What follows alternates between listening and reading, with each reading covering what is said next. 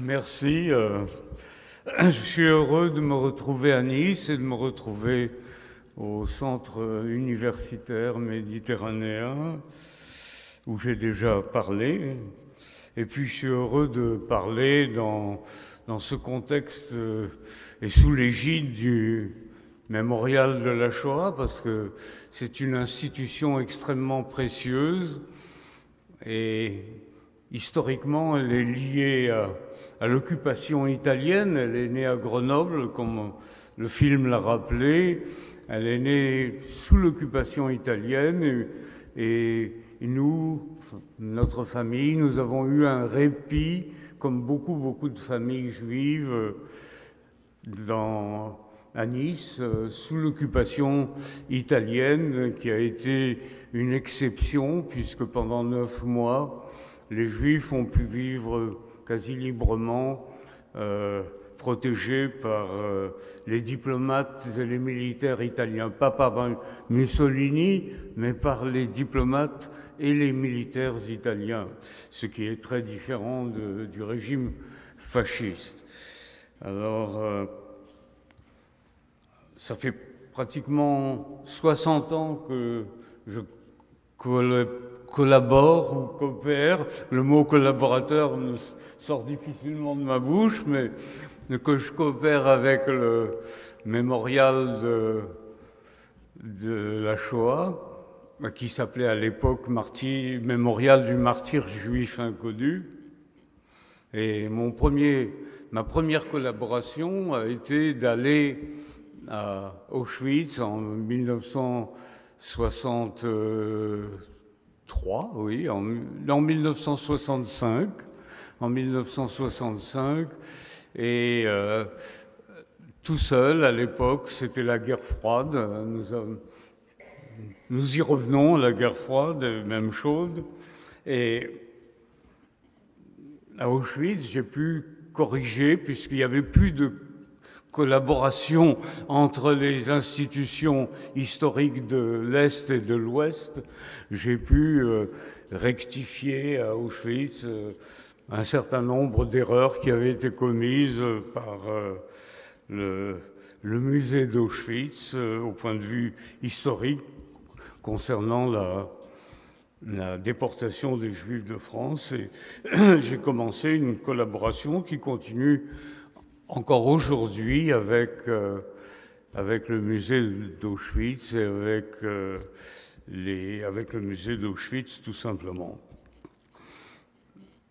Mais je vais traiter tout à l'heure, je vais traiter maintenant d'ailleurs, de la collaboration idéologique, mais avant de traiter de la collaboration idéologique qui a associé étroitement le gouvernement de l'État français au Troisième Reich dans leur persécution commune des Juifs, je tiens à faire un bref tour d'horizon de la collaboration politique et militaire reprochée au régime de Vichy, en rappelant que cet État français fut dirigé par le plus glorieux des Français de l'époque, le maréchal Pétain, par Pierre Laval, qui avait été à plusieurs reprises chef du gouvernement de la Troisième République, ainsi que par François Darlan, amiral de France, 3 personnages éminemment respectables, jusqu'à ce qu'ils entraînent la France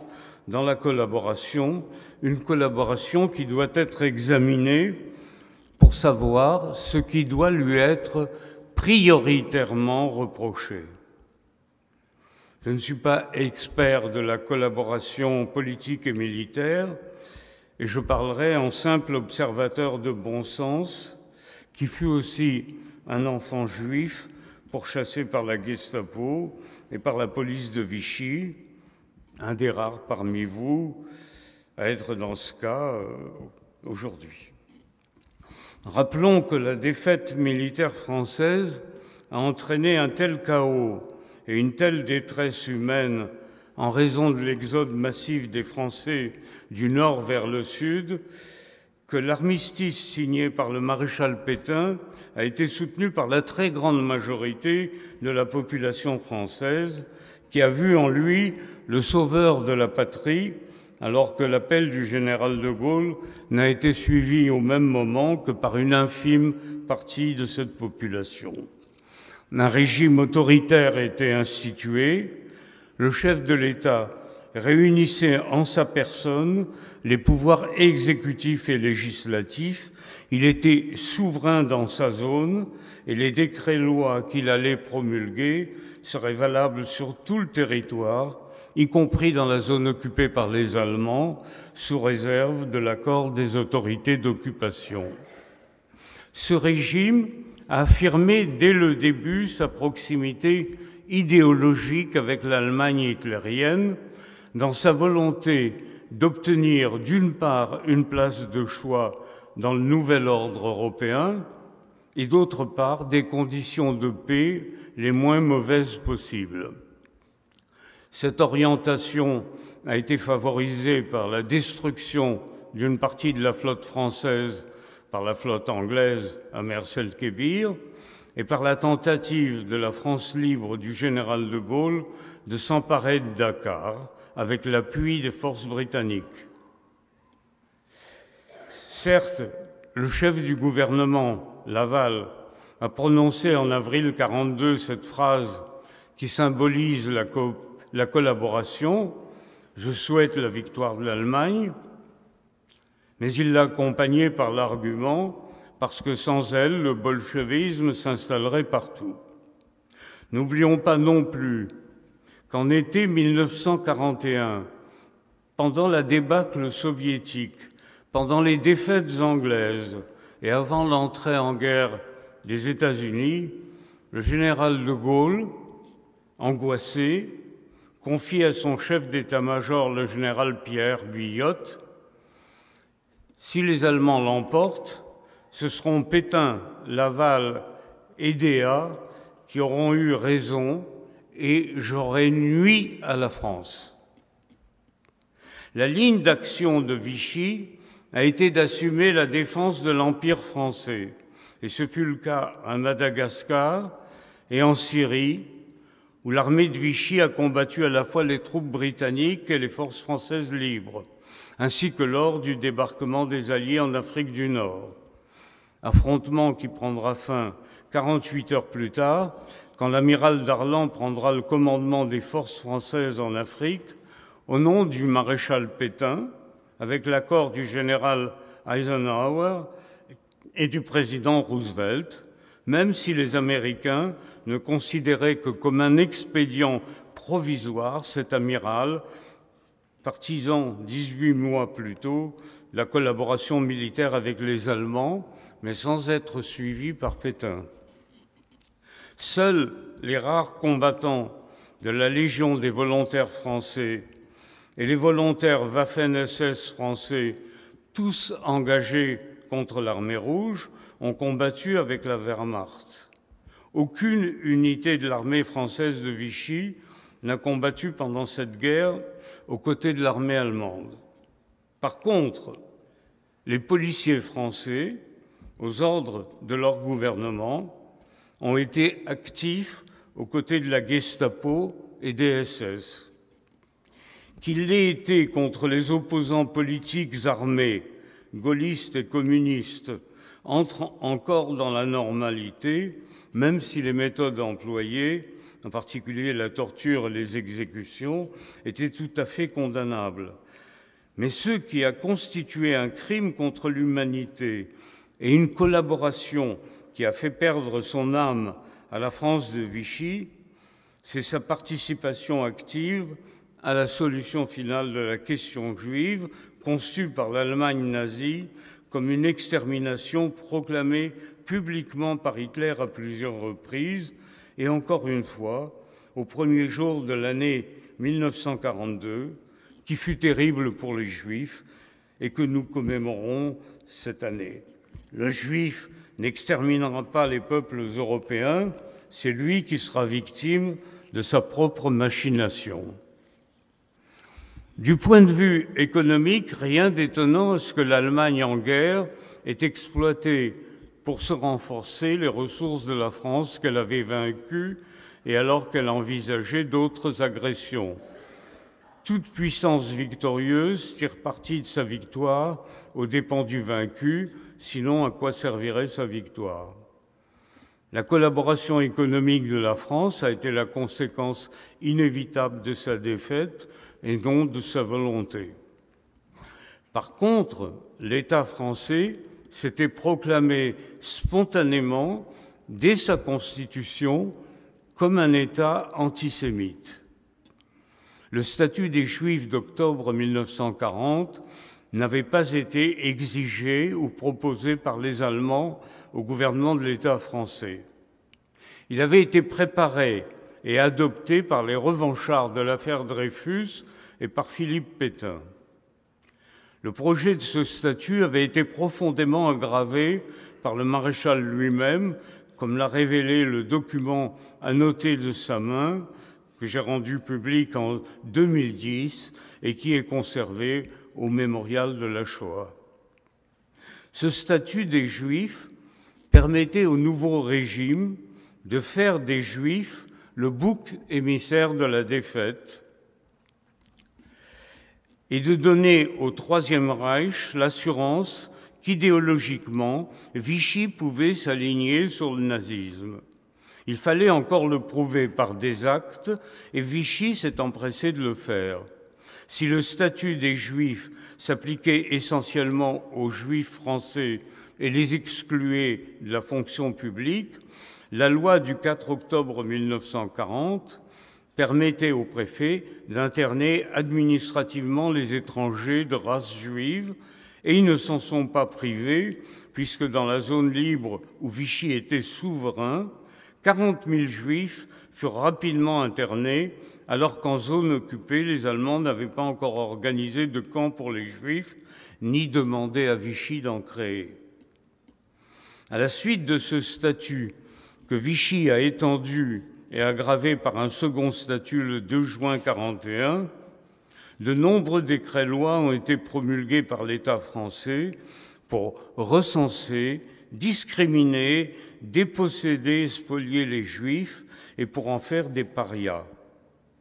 1941 avait vu en zone occupée l'arrestation et l'internement de Juifs, mais seulement des hommes. Dans la première moitié de l'année 1942, la déportation a commencé et 5 convois sont partis vers l'Est, emportant au total 4 900 hommes et 100 femmes, tous dans la force de l'âge. Il pouvait encore s'agir d'une déportation pour le travail forcé. Mais le pire est survenu en juillet 1942, après négociation entre les SS Pierre Laval et René Bousquet, le chef de la police de Vichy.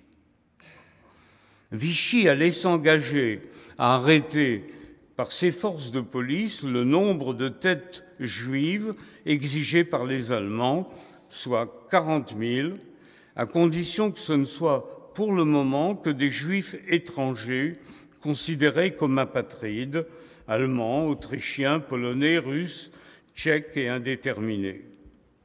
D'autres nationalités allaient rapidement suivre, les Baltes, les Yougoslaves, les Belges, les Hollandais, les Roumains, les Grecs, les Turcs non reconnus comme tels par le gouvernement turc, ainsi que de nombreux Français arrêtés pour avoir enfreint la très sévère réglementation anti-juive. Le nombre des arrestations d'adultes à Paris étant insuffisant, 9 000 lors de la grande rafle du Vélodrome d'hiver, conduite exclusivement par la police parisienne, les autorités françaises proposèrent aux SS de déporter également les 4 000 enfants qui étaient pourtant dans leur très grande majorité de nationalité française. À cette proposition, les SS ont répondu que 3 trains par semaine étant programmés et la Gestapo à Berlin n'ayant pas encore donné le feu vert pour la déportation des enfants, les trains chargés d'adultes partiraient comme prévu. La séparation des parents et des enfants était inévitable puisque Vichy ne s'y opposait pas. En conséquence, 3 000 enfants en bas âge ont été séparés de force de leurs parents par la police française et sont restés dans des camps du Loiret pendant 2 à 3 semaines, dans des conditions abominables de détresse affective et matérielle, avant d'être dirigés sur le camp de Drancy pour en être déportés par convoi de 500 adultes en provenance de la zone libre et de 500 enfants de zone occupée, parce que les Allemands ne voulaient pas de train rempli exclusivement d'enfants. Le transport jusqu'à Auschwitz se faisait dans des conditions atroces, de même que la mise à mort. Des 4000 enfants de la rafle du Veldiv, seuls 6 âgés de 16 et 17 ans ont survécu. Vichy s'est fait le complice actif de ce crime contre l'humanité et Vichy a poursuivi cette association au crime nazi dans la zone libre où, ayant promis d'arrêter et de livrer 10 000 juifs, il a organisé le 26 août 1942 une gigantesque rafle ciblant les juifs de nationalité déportable qui résidaient dans les villes et dans les villages des 40 départements de cette zone. Plusieurs centaines d'enfants furent encore victimes de ces rafles et 10 000 juifs furent livrés en zone occupée aux Allemands et en provenance d'un territoire où il n'y avait pas d'Allemands. Au total, en 4 mois de 1942, plus de 35 000 juifs déportés, dont 7 000 enfants, et parmi eux 4 500 qui étaient nés en France. Mais les Français ont désavoué leur gouvernement. Fin août 1942, quand Rommel menaçait le Caire et que l'armée allemande s'avançait vers Stalingrad, la population française a réagi efficacement contre les mesures anti-juives prises par le gouvernement de Pétain et de Laval. La lettre pastorale de Monseigneur Saliège a été diffusée clandestinement à travers tout le territoire. Et à Lyon, le cardinal Gerlier, premier personnage de l'Église catholique, a couvert de son autorité le sauvetage de la centaine d'enfants qui allaient être dirigés sur Drancy.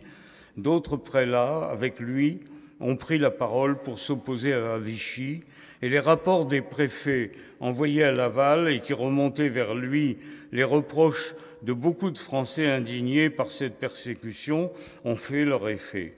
Sous pression de son opinion publique, Laval en a immédiatement fait part aux dirigeants de la SS le 2 septembre 1942, alors que ceux-ci venaient de lui demander de remplir chaque jour, entre le 15 septembre et le 31 octobre, un train de 1000 juifs.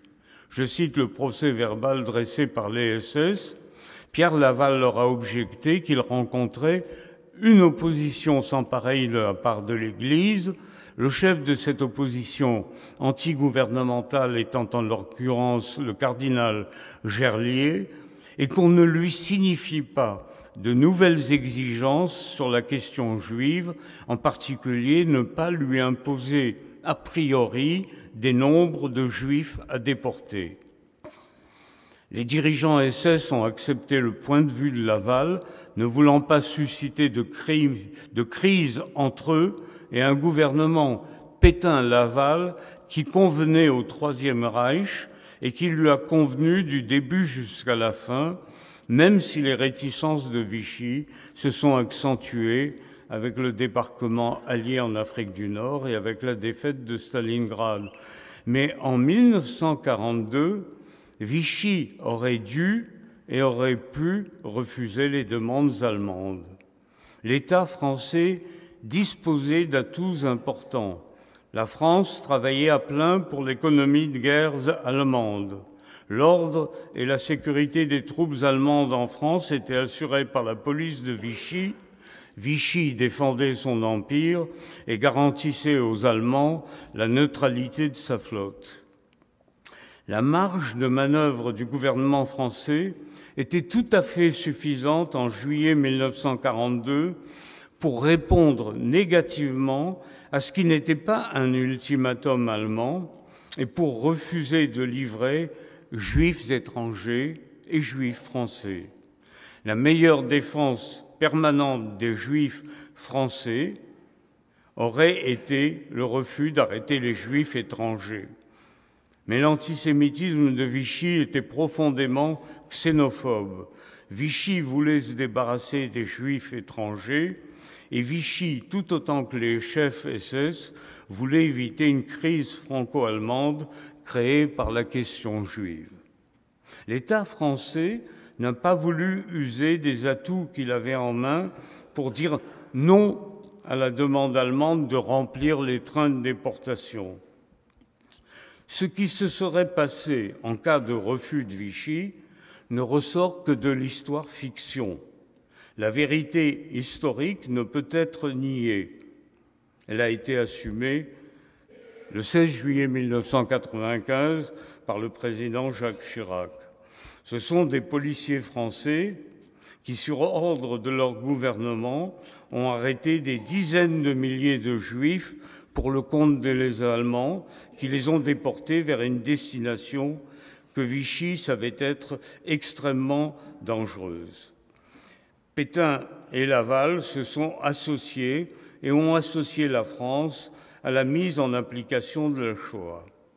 On ne trouve d'ailleurs nulle trace de demande d'information de Vichy aux Allemands au sujet du sort des Juifs déportés, français ou étrangers, adultes ou enfants. Vichy s'est associé aux Allemands dans une collaboration policière qui a entraîné la mort de plus de 70 000 Juifs de France, dont 11 000 enfants, en grande majorité arrêtés par des policiers français. C'est là que se situe la collaboration la plus authentique et la plus condamnable de Vichy. Il s'agissait d'une volonté délibérée de ce régime de persécuter les Juifs qui coïncidait avec celle des nazis, et au moment crucial où Hitler a décidé la déportation à l'Est des Juifs de l'Europe de l'Ouest, l'antisémitisme d'exclusion de Vichy a laissé la place à une véritable complicité avec l'antisémitisme d'extermination allemand par l'arrestation et la livraison à la Gestapo d'Adolf Eichmann de dizaines de milliers de Juifs.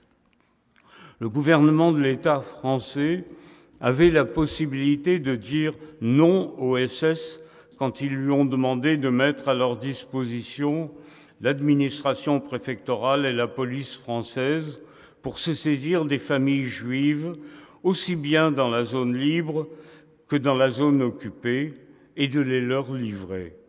C'est à ce moment que s'est joué le destin de ce régime, qui a versé dans une collaboration inhumaine et criminelle, jusque-là tout à fait inédite en France, et qui l'a marqué à jamais, et que rien ni personne ne pourra effacer. Je vous remercie.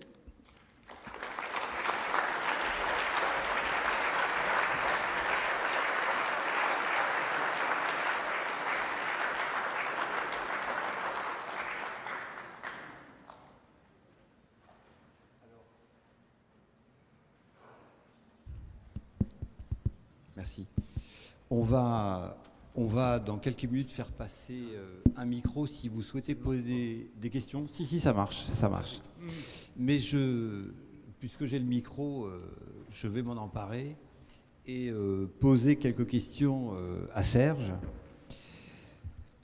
On entend ces derniers temps, parmi les arguments, le constat très simple, à savoir que 75% des Juifs de France ont survécu à la Seconde Guerre mondiale. Donc ma question, Serge, elle est très simple. Comment 75% des Juifs de France ont survécu à la Seconde Guerre mondiale? L'essentiel, je crois, c'est l'environnement humain, c'est-à-dire les Français de l'époque avaient été élevés par l'instituteur et par le curé, et donc ils partageaient à la fois les valeurs de charité chrétienne et les valeurs républicaines. Et lorsqu'ils ont vu, parce que ça n'a pas été tout de suite, mais lorsqu'ils ont vu qu'on arrêtait les femmes et les enfants pendant l'été 1942, eh bien, ils ont réagi.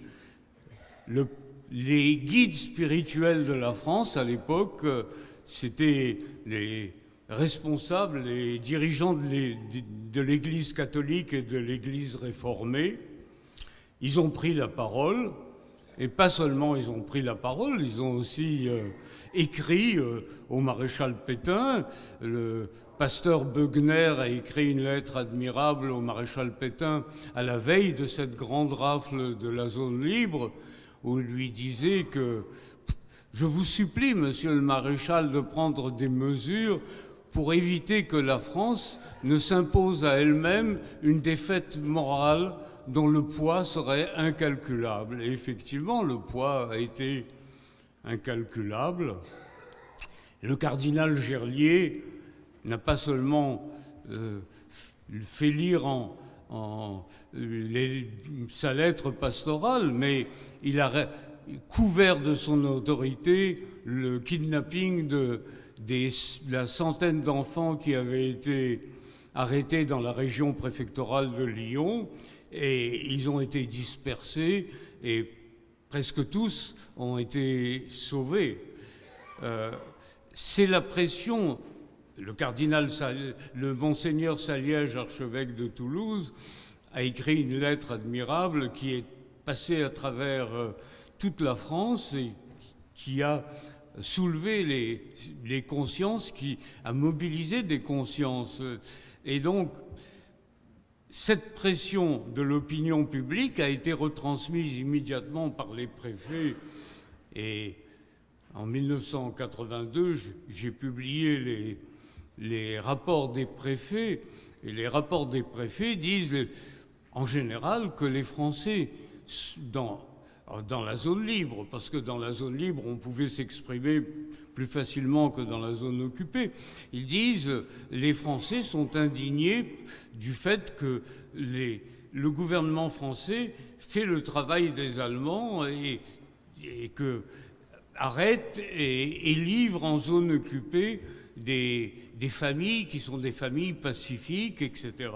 Il y a eu un tournant à cette période, un tournant extrêmement important dans l'opinion publique, et Pierre Laval, immédiatement, en a fait part au chef SS qu'il avait convoqué pour lui dire qu'il fallait un train par jour, c'est ce que j'ai dit tout à l'heure, un train par jour, et Laval a répondu « Ne me demandez plus de quotas, je suis dans une situation telle que je ne peux pas remplir ce programme. » Parce que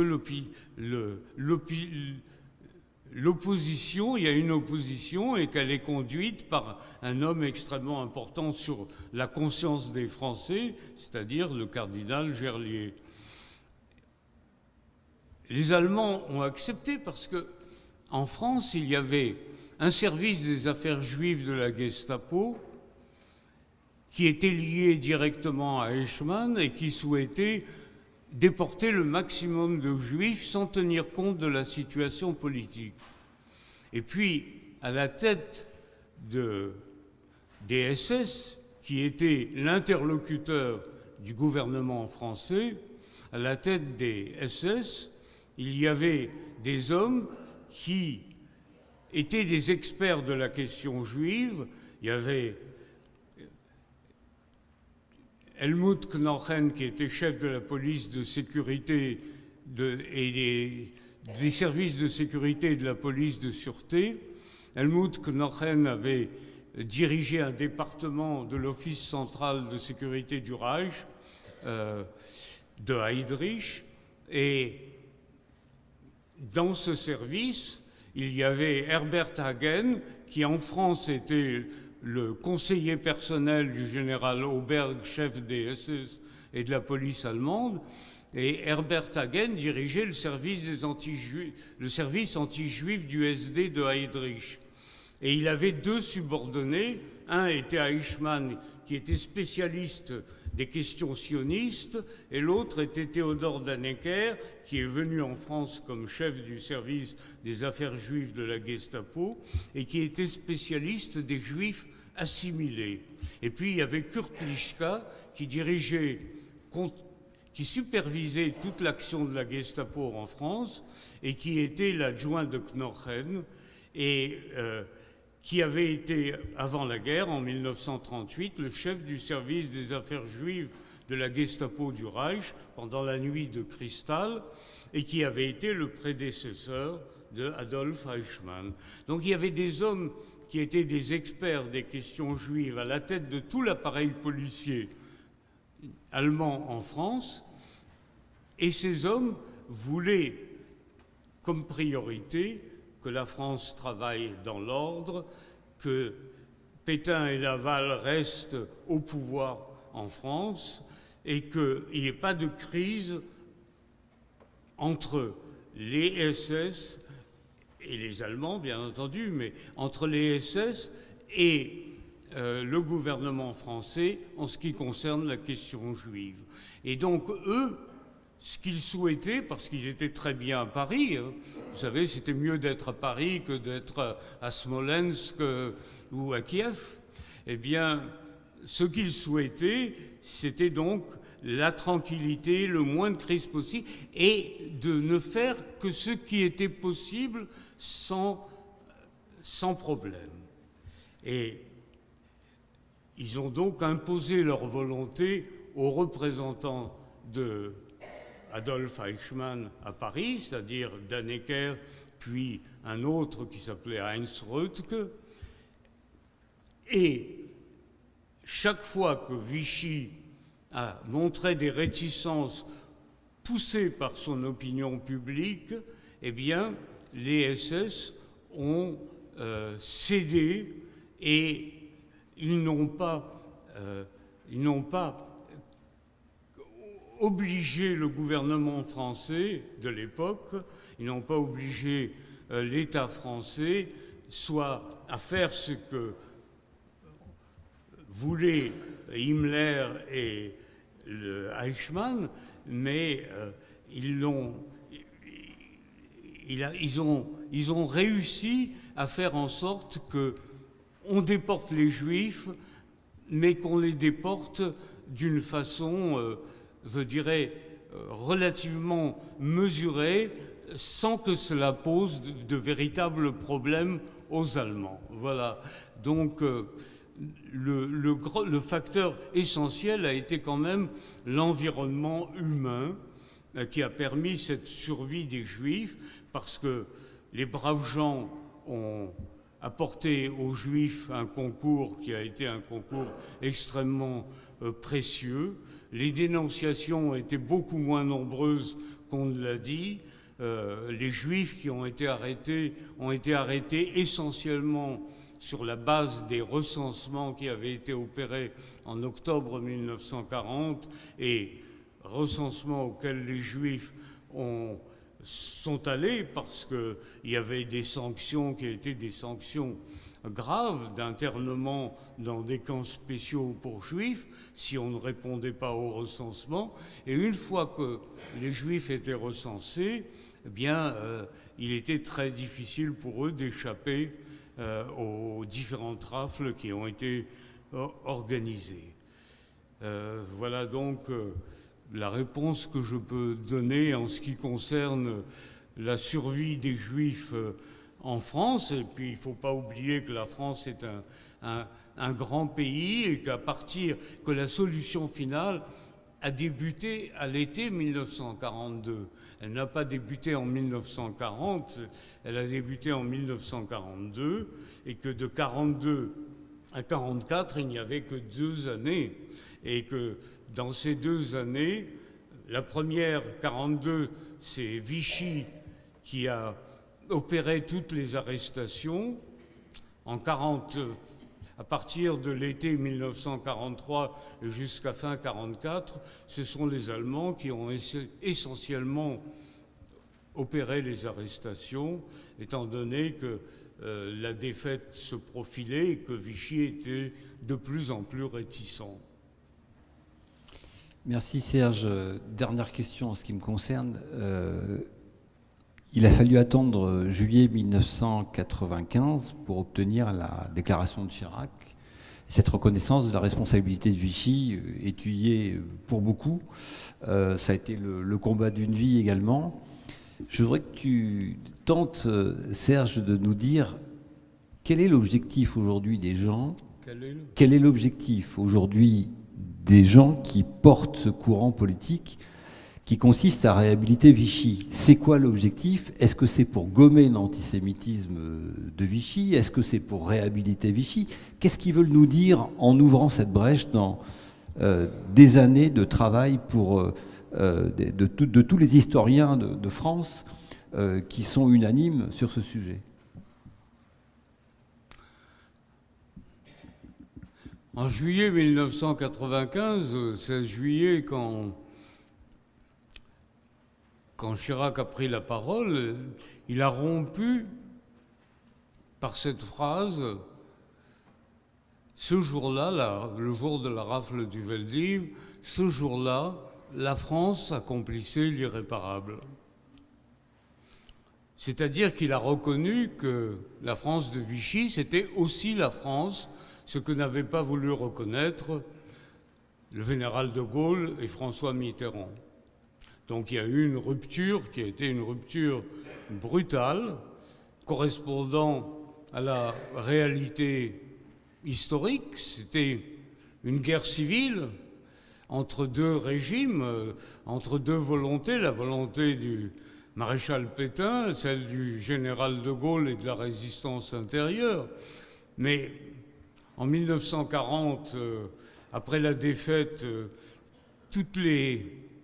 pratiquement toutes les ambassades dans le monde, les ambassades de France étaient des ambassades de Vichy. Et le général de Gaulle n'avait aucune ambassade. À la fin, en fin 1944, toutes les ambassades pratiquement étaient des ambassades du général de Gaulle, n'étaient plus celles de Vichy. Il y avait une guerre civile et il y avait deux France qui s'opposaient. Et quand on est président de la République, quand on était enfant pendant la Seconde Guerre mondiale, comme l'était Jacques Chirac, on hérite du passif et de l'actif. Il a hérité du passif et de l'actif. On hérite du général de Gaulle et on hérite du maréchal Pétain. Et le maréchal Pétain, c'était la France. Le général de Gaulle, c'était aussi la France. C'était deux France différentes, tout à fait. Mais Jacques Chirac a reconnu ce qui avait été perpétré par le maréchal Pétain. Il a essayé d'y remédier. Il a créé la Fondation pour la mémoire de la Shoah. Il a donné une pension aux orphelins de la déportation. Il a permis à chaque juif qui avait une réclamation matérielle, il a créé pour cela une commission d'indemnisation des victimes des spoliations. Il a été soutenu par le gouvernement d'Alain Juppé qui était au centre droit, le gouvernement de Lionel Jospin qui était au centre gauche, et cela a fait l'unanimité. Et depuis, François Hollande a pris la parole au Veldiv, Emmanuel Macron a pris la parole au Veldiv en tant que président de la République, tous les deux, et tous les deux ont repris et même renforcé le discours du général de Gaulle, du président Chirac. Mais il n'empêche que si demain Marine Le Pen était au pouvoir ou Éric Zemmour, eh bien, il parlerait en tant que président de la République et ferait un discours qui ne serait pas du tout le même discours. Lorsque nous avons commencé notre action, Beat et moi, il y a plus de 50 ans, sous le général de Gaulle, l'extrême droite était à un tout petit niveau, quelques pourcents, même pas. Je crois que Le Pen avait 2 ou 3% aux élections. Aujourd'hui, avec tout le travail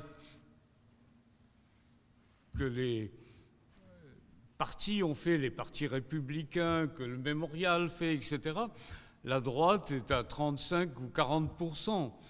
Donc, comment dire, les temps ont changé et effectivement, nous courons le risque que des hommes politiques ou des femmes politiques viennent au pouvoir et reviennent sur ce qui a été acquis au cours de cette période, je dirais, un peu exceptionnelle de paix et que nous avons vécue et que nous nous retrouvions dans un autre monde, de même que nous nous sommes retrouvés à l'improviste.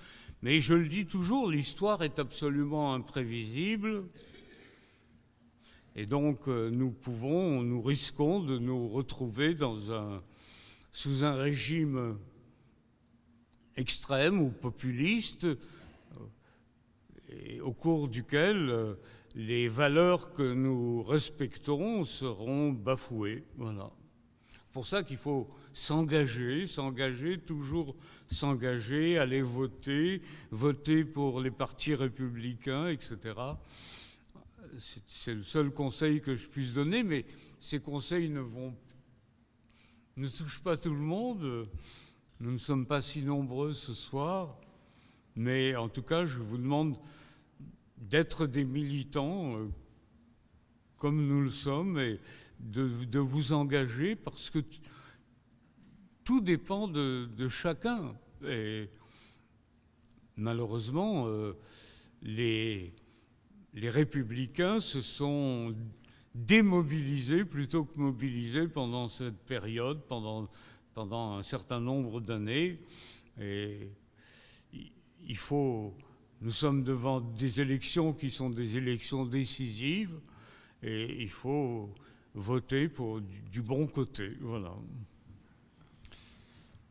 Alors, on va faire passer un micro. Si certaines personnes ont des questions, il y a un micro qui va circuler.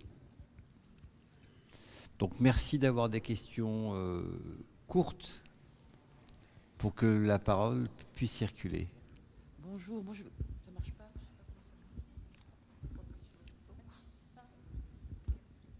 Allô? Excusez-moi, moi je vais être un petit peu pessimiste. Parce que je vais vous demander justement à quoi sert la mémoire, puisque ça fait même pas un siècle que ces horreurs se sont passées, qu'il y a encore des survivants, et que pourtant on dirait que tant qu'on n'a pas vécu ça, tant qu'on ne l'a pas approché, tant qu'on ne l'a pas vécu par sa famille, ou qu'en fait on ne l'intègre pas. Donc finalement l'histoire c'est un éternel recommencement. À quoi sert la mémoire et l'enseignement de l'histoire? On a l'impression que ça ne sert à rien quand on voit ce qui se passe.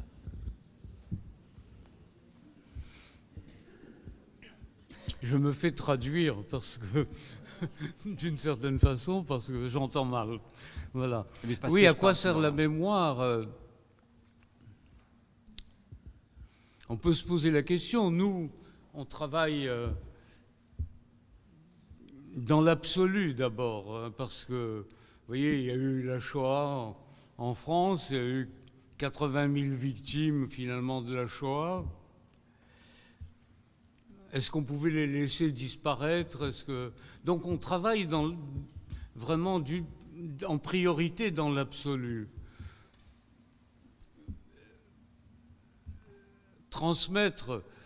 Il faut transmettre pas seulement des faits, il faut transmettre aussi des leçons. Et c'est ce que le mémorial fait. Le mémorial est un outil pédagogique extrêmement important. Mais il y a combien de visiteurs par an? Il y a 380 000 en année normale. Combien? 380 000 en année normale. Et la population scolaire en France, il n'y a pas beaucoup de... Le mémorial doit s'étendre, il doit, comment dire, il devrait avoir des filiales un peu partout en France.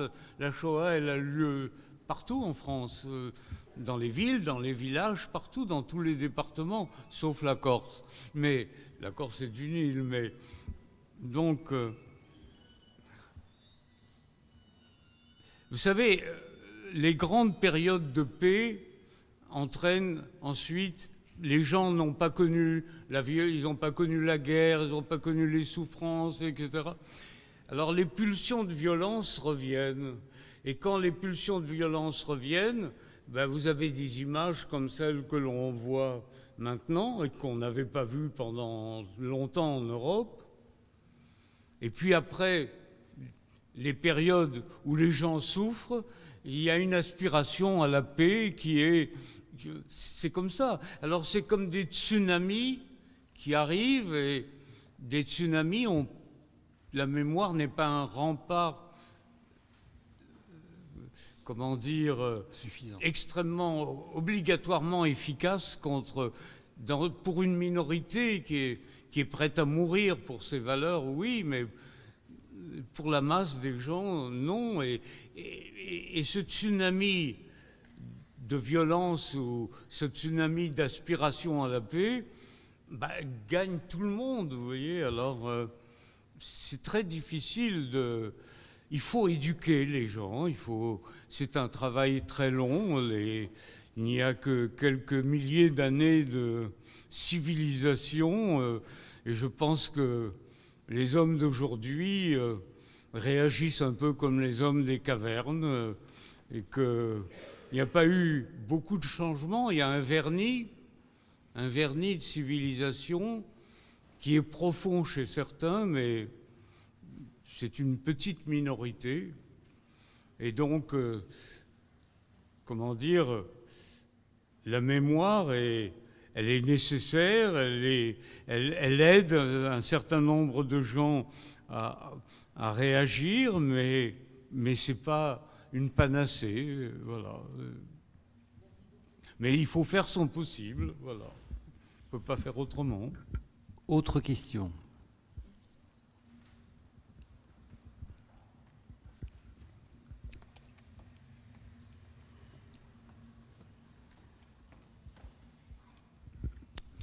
Oui, bonjour et merci pour votre exposé.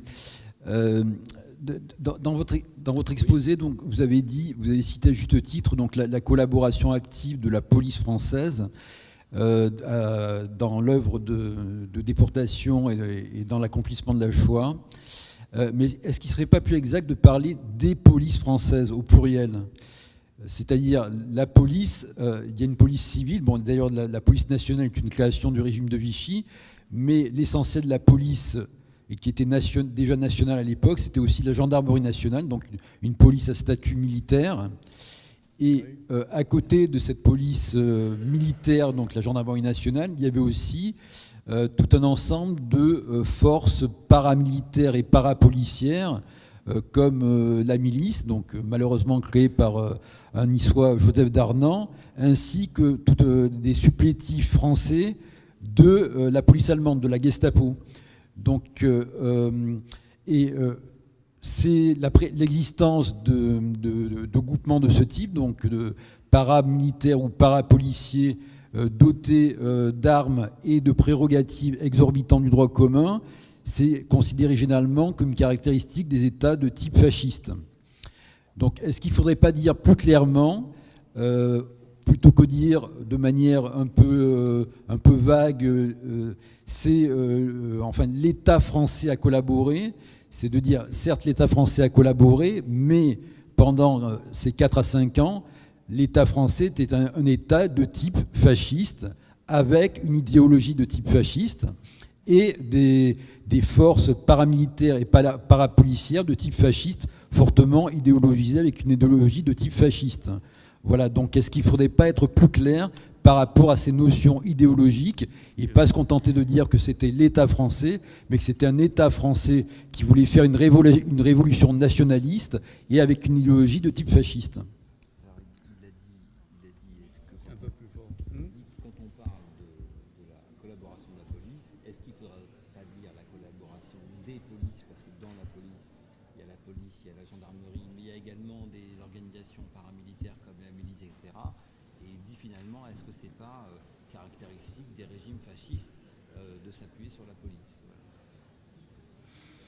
Non, mais quand j'ai parlé de la police, c'est les forces de police, c'est-à-dire la gendarmerie, aussi bien que la police nationale, aussi bien que la police municipale.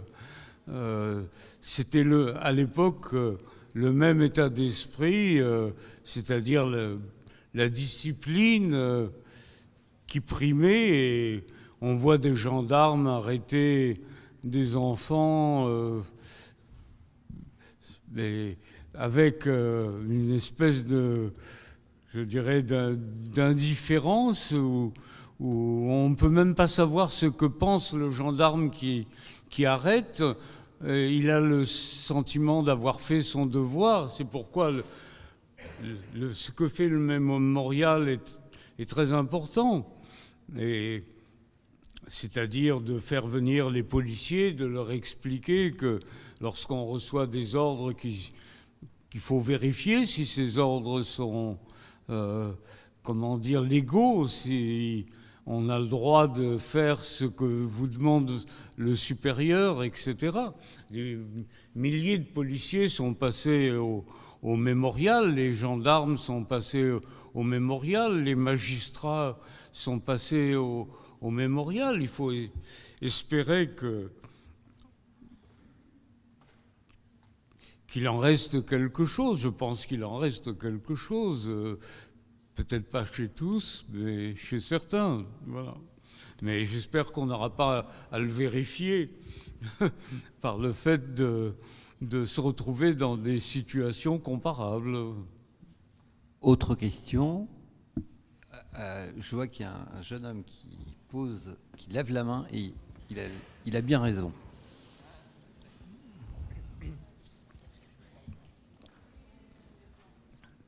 Bon, ok. Bonjour, je suis Gabriel Méran Andrade, élève du Parc Impérial en terminale AGGSP. Je vous remercie tout d'abord, Monsieur Klarsfeld, d'avoir accepté que l'on vous pose des questions. Et ma question est la suivante. Pensez-vous que le travail de mémoire effectué par les mémoriaux de la Shoah est suffisant face à la montée de l'antisémitisme de nos jours? Est-ce que le travail de mémoire est suffisant pour endiguer la montée de l'antisémitisme?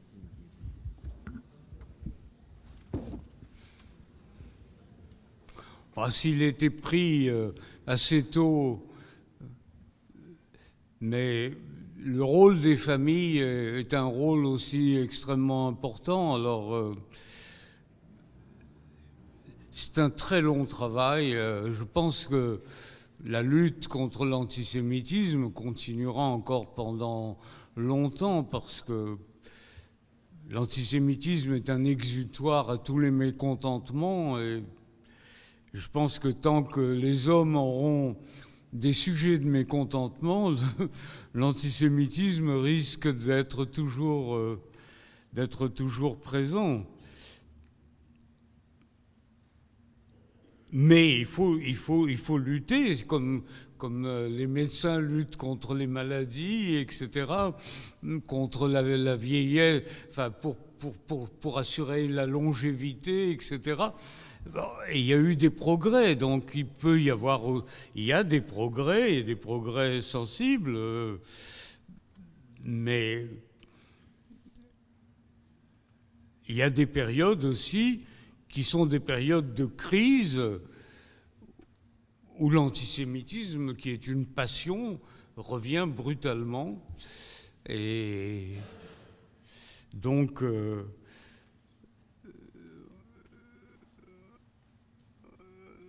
on ne peut pas, comment dire, en une ou deux générations où il a été décidé de lutter contre l'antisémitisme, en une ou deux générations, on ne peut pas convaincre tout le monde. Donc, ça paraît impossible. C'est un très très long travail. Est-ce que l'humanité prendra la direction de s'améliorer, ou bien de rester, comment dire, telle qu'elle était avant? Je ne peux pas dire. Comment le savoir? Les soviétiques les Russes ont libéré Auschwitz. Vous voyez aujourd'hui ce qui se passe. Il y a des hauts, des bas, Donc, sur l'avenir de l'antisémitisme, bon, il faut être pessimiste. Ça continuera. La lutte contre l'antisémitisme continuera aussi, mais le monde se transforme. Vous voyez des régimes autoritaires comme la Chine, comme la Russie, comme d'autres. Les régimes autoritaires sont en général, se terminent toujours par l'antisémitisme. Donc, et vous avez les démocraties. En France, par exemple, rien ne s'oppose.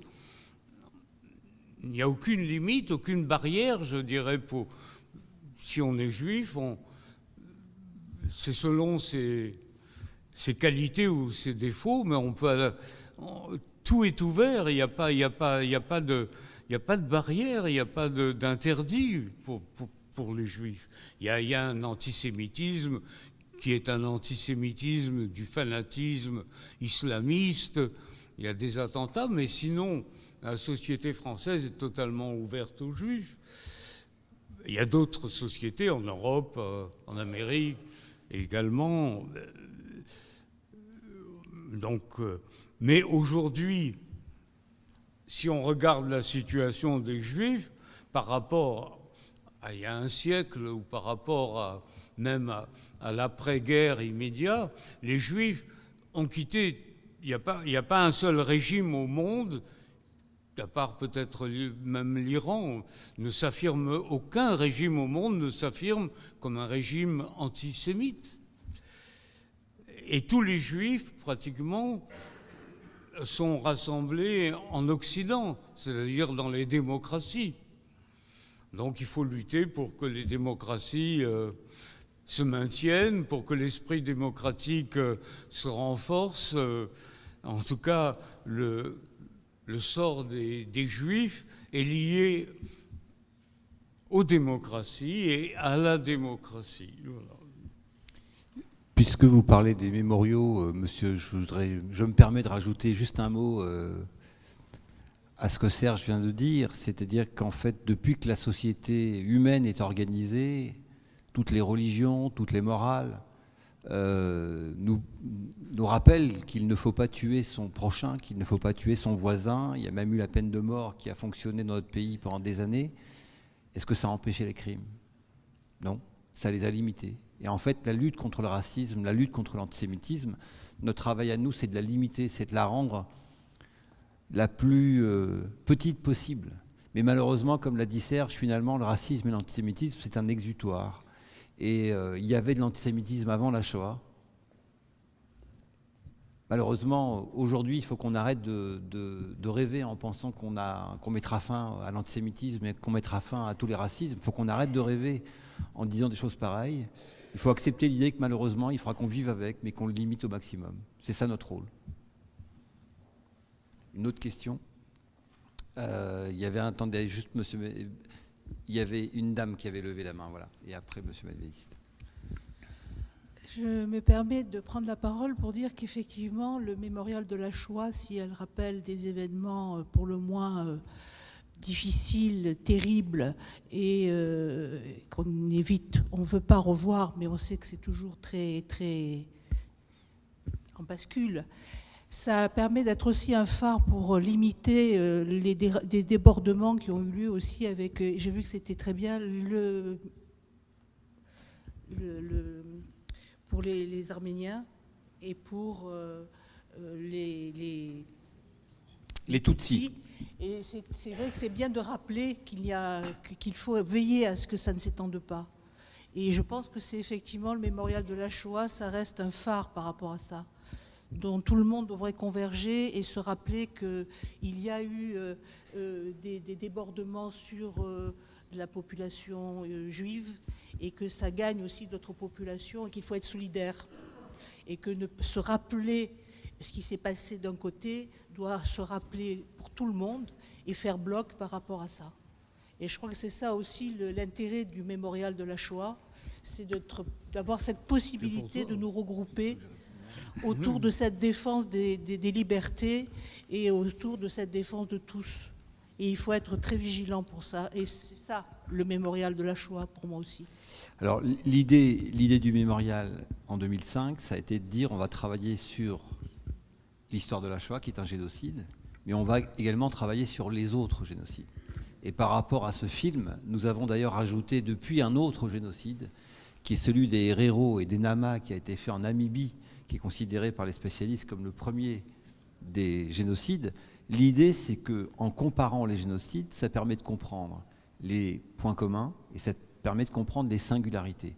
Et ça permet de dire aussi qu'il n'y a pas de concurrence de mémoire, que toutes les victimes ont le droit au même respect et que nous devons lutter contre tout ce qui amène à ces génocides, et c'est ce qui amène le mémorial à travailler non seulement sur la question de l'antisémitisme, mais également sur la question des racismes.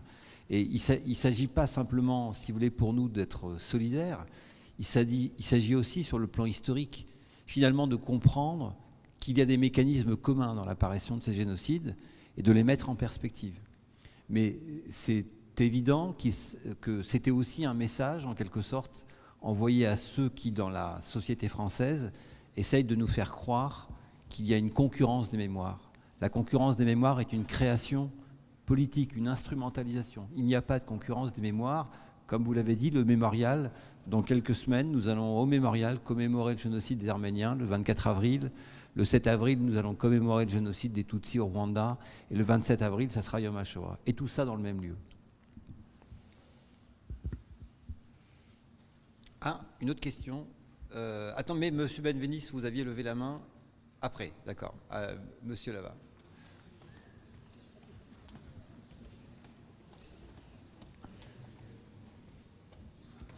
Vous pouvez faire passer, s'il vous plaît.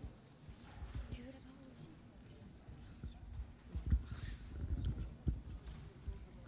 Alors bonjour, je m'appelle Sean Correa, je suis du lycée du Parc Impérial. Alors déjà, je vous remercie pour votre conférence qui était intéressante et enrichissante.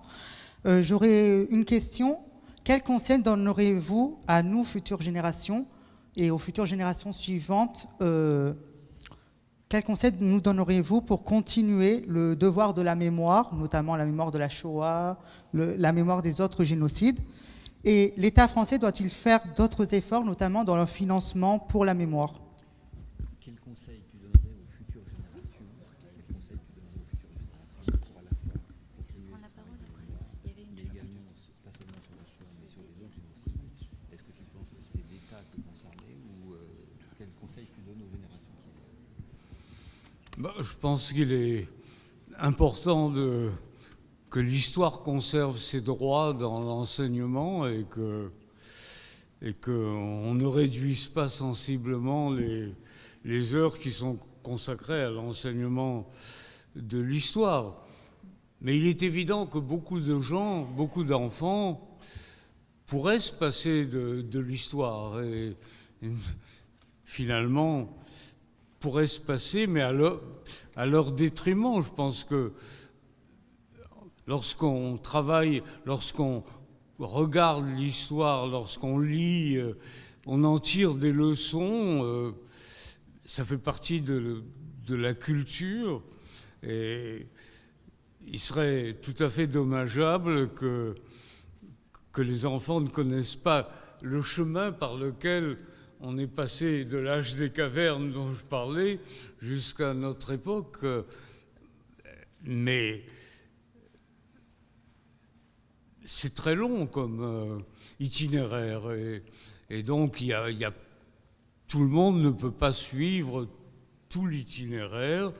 Les programmes historiques essayent de faire en sorte qu'on puisse avoir une vision même un peu superficielle, mais il y a tant de choses à apprendre par rapport à un enfant du XVIIe siècle ou du XVIe ou du XVIIe ou du XVIIIe siècle ou XIXe même. Il y a tellement de choses qui sont apparues. L'histoire a continué et donc c'est c'est très difficile d'avoir une culture historique véritablement solide. Seuls ceux qui ont cette envie en eux, mais est-ce que cette envie peut être suscitée ou est-ce que cette envie est naturelle? Bon, ça, il n'y a pas beaucoup de réponses là-dessus. Hein. Mais je pense que l'histoire est nécessaire, mais je pense que si on considère la multitude, à l'époque de la Seconde Guerre mondiale, la Shoah, il y avait 2 milliards d'habitants. Aujourd'hui, il y en a plutôt 7 ou 8. Ce que les 7 ou 8 milliards dont beaucoup vivent dans des conditions qui ne sont pas les nôtres, est-ce que les 7 ou 8 milliards vont apprendre l'histoire non seulement de leur pays, mais de l'histoire générale? J'en suis pas sûr, c'est évident. On peut très bien vivre sans connaître du tout l'histoire, mais vivre comment? Socrate disait, il vaut mieux être Socrate mécontent qu'un cochon satisfait, mais c'est un choix, et souvent c'est même pas un choix parce que les enfants vont pas toujours à l'école, où ils n'écoutent pas toujours et ils ne sont pas toujours intéressés par le passé. Ce qui les intéresse, c'est le présent et l'avenir. Donc l'histoire est quand même quelque chose qui est imposé. Alors, on va prendre encore une ou deux questions. Oui, Dorothée, oui. Bonjour. Je m'appelle Agathe et je suis en terminale, je suis étudiante et j'aimerais savoir quelles sont les leçons que nous devons retenir de ce combat que vous avez mené tout au long de votre vie et quelles leçons en priorité nous devons transmettre aux futures générations. Et dans tout cela, qu'est-ce que vous nous conseillerez de retenir en priorité et également de réellement intérioriser et de surtout pas oublier parce que vous avez eu des expériences uniques et que nous devons rendre universelles en vue des crimes abominables qui se sont déroulés durant la Seconde Guerre mondiale. Merci. Quelles leçons il faut tirer du combat que tu as mené avec Béate? Et justement, qu'est-ce que tu penses que ces jeunes générations doivent retenir en priorité du combat que vous avez mené? C'est un combat qu'on n'a pas mené simplement avec des publications. Hein. On les a menés aussi, ces combats, comme militants. Et militants un peu partout dans le monde. Béate surtout, quoi. Dans les dictatures sud-américaines, dans les démocraties soviétiques, enfin, sous domination soviétique à l'époque, en Allemagne, partout. Bon, on a quelques satisfactions, effectivement. On a eu quelques satisfactions d'avoir amené certains criminels devant les tribunaux, ou de leur avoir fait payer leurs crimes, d'avoir aussi contribué à améliorer les relations entre la France et l'Allemagne, et d'avoir contribué à démocratiser l'Allemagne, à la rendre, à l'épurer des anciens nazis. Donc on a eu des satisfactions, et en même temps on sait que par rapport aux grands mouvements de l'histoire, on n'est pas obligatoirement, efficace. Et,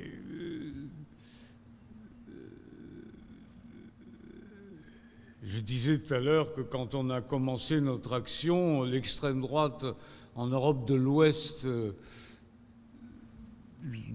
elle était très faible. Aujourd'hui, elle est très forte. Le mémorial aussi a suivi la même évolution. Il a été très efficace dans son domaine, comme nous dans notre domaine, qui est le même à peu près. Mais ça n'a pas empêché, je veux dire, l'évolution du monde. Et l'évolution du monde, on n'en est pas maître de l'évolution du monde. Il y a eu de grandes satisfactions. Toutes les dictatures en Europe de l'Ouest sont tombées. Mais il y a des régimes maintenant populistes. L'essentiel, peut-être, c'est l'engagement. L'engagement, on a été engagé, donc tout ce qu'on peut recommander aux autres, c'est de ne pas être indifférent à ce qui se passe et d'être engagé pour des valeurs très simples, qui sont des valeurs d'humanité, de tolérance. C'est ça, l'humanité, la tolérance. Est-ce que vous seriez capable de remplir une fosse commune ou de vous opposer à ceux qui sont en train de maltraiter des gens, des civils? Bon, en tout cas, il faut être engagé, et sinon, on est indifférent et on ne pense qu'à soi. Et je pense qu'on a encore plus de désillusions que les gens qui sont engagés comme nous l'avons été. En principe, nous avons été heureux dans notre vie et nous n'avons pas regretté cet engagement. On a couru des tas de risques. Nous avons été, surtout Beat, en prison. Nous avons eu des attentats contre nous. On s'en est sortis. Et on considère quand même que les jeunes devraient être engagés, mais engagés collectivement. La force, c'est quand on est collectivement engagé. Donc, il faut que les grands partis, que de grands partis renaissent, qui sont des grands partis républicains, comme dans le temps, comme lorsqu'il y avait une gauche et lorsqu'il y avait une droite. Aujourd'hui, il y a les démocrates et les populistes qui s'opposent. Alors, soyez du côté des démocraties, allez manifester, écrivez, rédigez des poèmes, faites comme en 1968, voilà. Mais soyez des jeunes. Nous, on a été jeunes au moment où il fallait être jeune. Alors soyez jeunes à votre tour. C'est à vous de trouver vos moyens de vous exprimer au point de vue politique. C'est à vous de trouver ces moyens. Et nous, on peut pas donner trop de conseils. Hein. Voilà.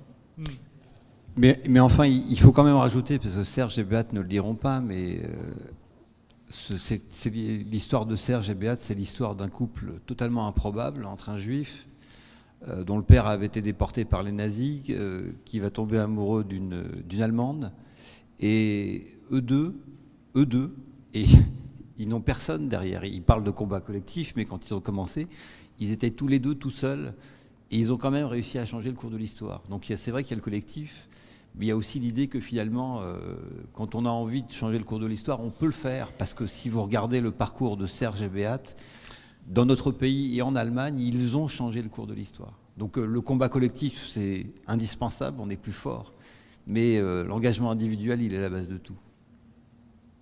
Et puis, il faut ajouter que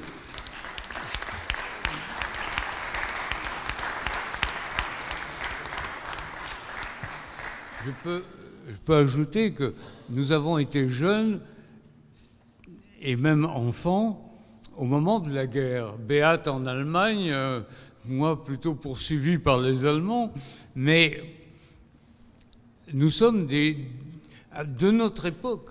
Alors on ne peut pas donner de conseils.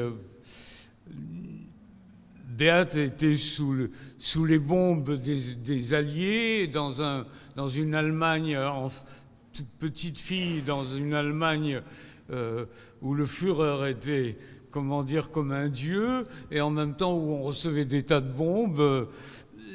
Moi, moi j'étais poursuivi par les Allemands, c'est pas votre cas. Donc vous devez trouver vos propres moyens de vous exprimer, d'exprimer ce que vous avez en vous.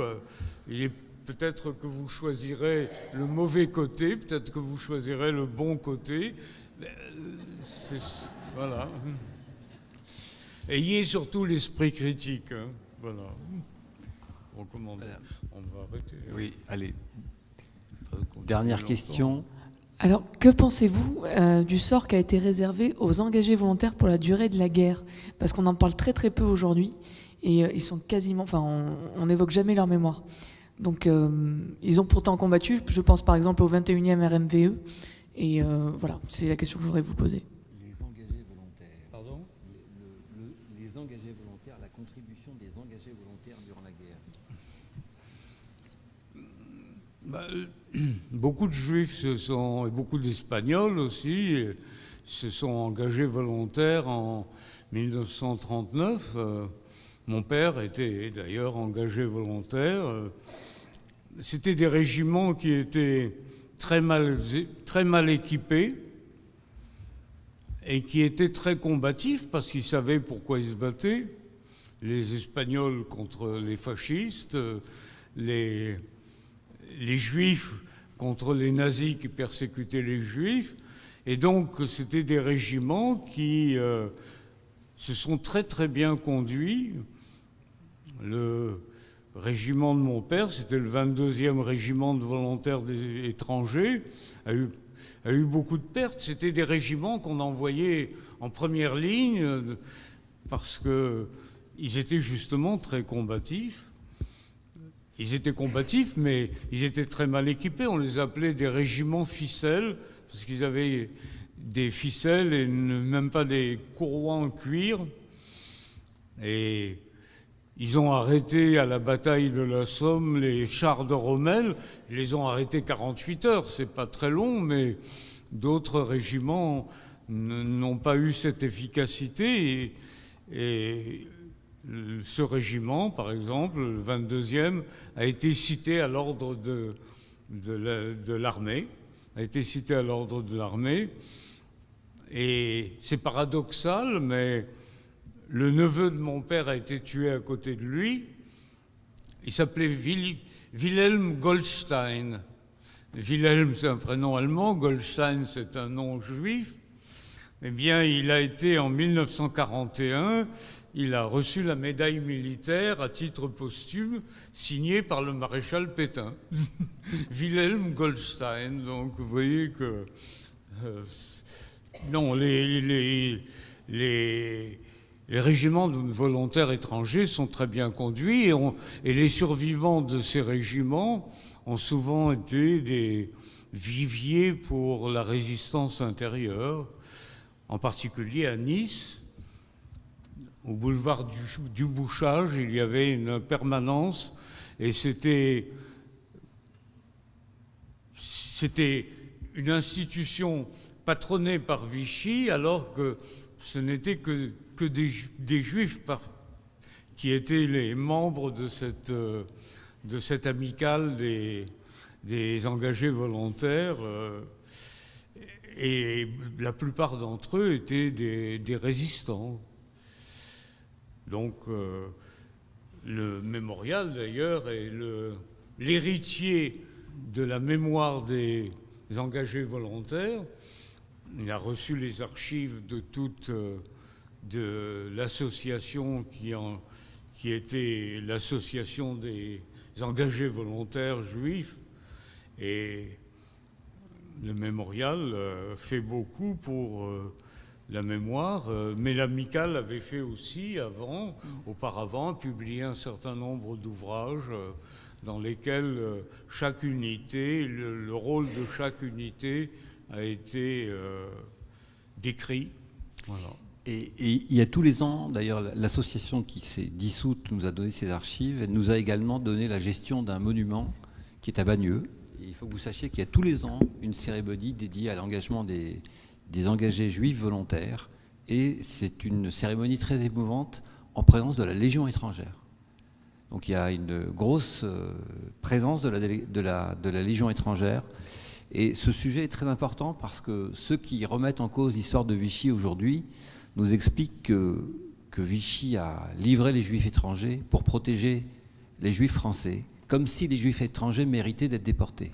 Les Juifs étrangers étaient amoureux de la France et ils se sont engagés pour la France également. Ce n'étaient pas des gens qui vivaient au crochet de la France, c'était des gens qui étaient en tous les cas totalement intégrés et qui avaient fait le choix de la France, un choix volontaire.